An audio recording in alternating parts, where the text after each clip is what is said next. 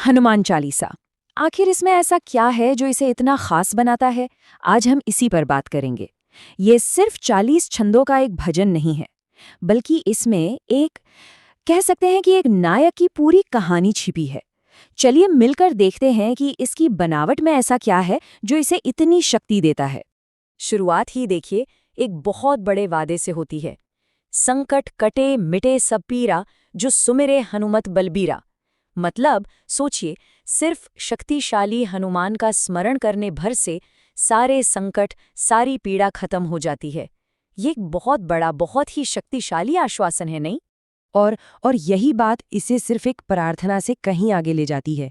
ये एक तरह से एक नायक का परिचय है, एक ऐसा हीरो जिसकी शक्ति की कोई सीमा नहीं, जिसके गुणों का कोई अंत नहीं। तो आखिर ये हनुमान चालीसा है क्या और आई कहाँ से? देखिए, ये 16वीं सदी का एक भक्ति स्तोत्र है जिसे लिखा था तुलसीदास जी ने। इसमें कुल 40 चौपाइयाँ यानी छंद है, और इन सब में हनुमान जी के गुण और उनके महान कामों की बड़ाई की गई है। तो चलिए अब जरा गहराई में उतरते हैं और देखते हैं कि ये चालीसा हनुमान जी के इस शानदार चरित्र को कैसे बुनती है। और इसकी शुरुआत होती है उनके अलग अलग नामों और उपाधियों से। सबसे पहली उपाधि देखिए, ज्ञान गुण सागर।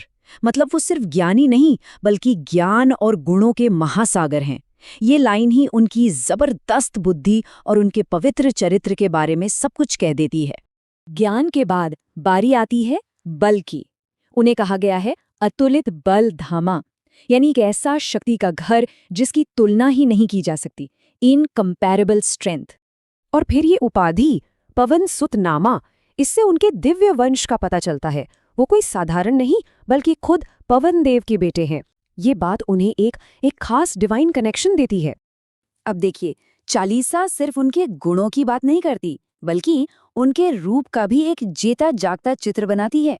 सोने जैसा सुनहरा शरीर, कानों में कुंडिल, घुंघराले बाल, और हाथों में क्या है? वज्र और ध्वजा।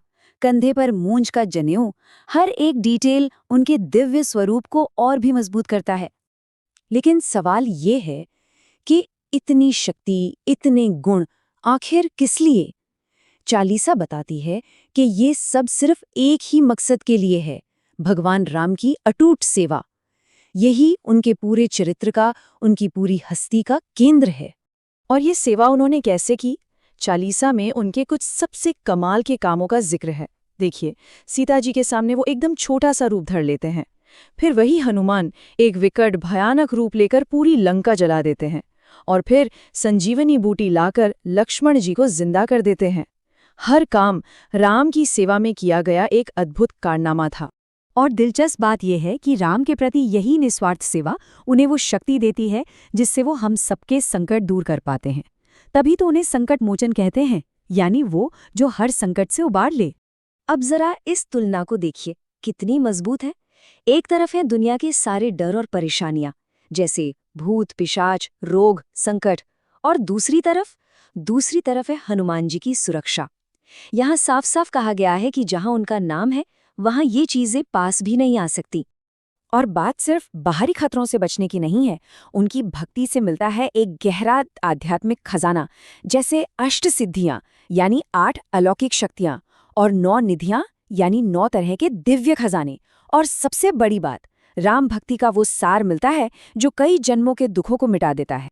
तो घूम फिर कर सवाल वही आता है कि इस अद्भुत चालीसा को पढ़ने का फल क्या है, इसका नतीजा क्या है? और इसका जवाब चालीसा में ही एकदम साफ साफ दिया गया है। ये लाइन देखिए, जो ये पढ़े हनुमान चालीसा हो सिद्धि साखी गौरीसा। मतलब जो कोई भी इसे पढ़ता है उसे सिद्धि मिलती है, सफलता मिलती है। और इस बात के गवाह यानी साक्षी कौन है? खुद भगवान शिव। इससे बड़ा यकीन और क्या हो सकता है? बात यहीं खत्म नहीं होती। चालीसा में ये भी कहा गया है कि जो कोई 100 बार इसका पाठ करता है, वो हर बंधन से छूट जाता है और उसे महान सुख यानी परमानंद की प्राप्ति होती है। तो ये सब समझने के बाद आखिर में एक सवाल मन में आता है, क्या इस दिव्य भजन का पूरा सार सिर्फ इसे पढ़ने में है, या फिर इसके असल नायक हनुमान जी के गुणों को, उनकी सेवा, उनकी भक्ति, उनकी निस्वार्थता को अपने दिल में, अपने जीवन में उतारने में है? सोचने वाली बात है ना? शायद असली यात्रा तो वहीं से शुरू होती है।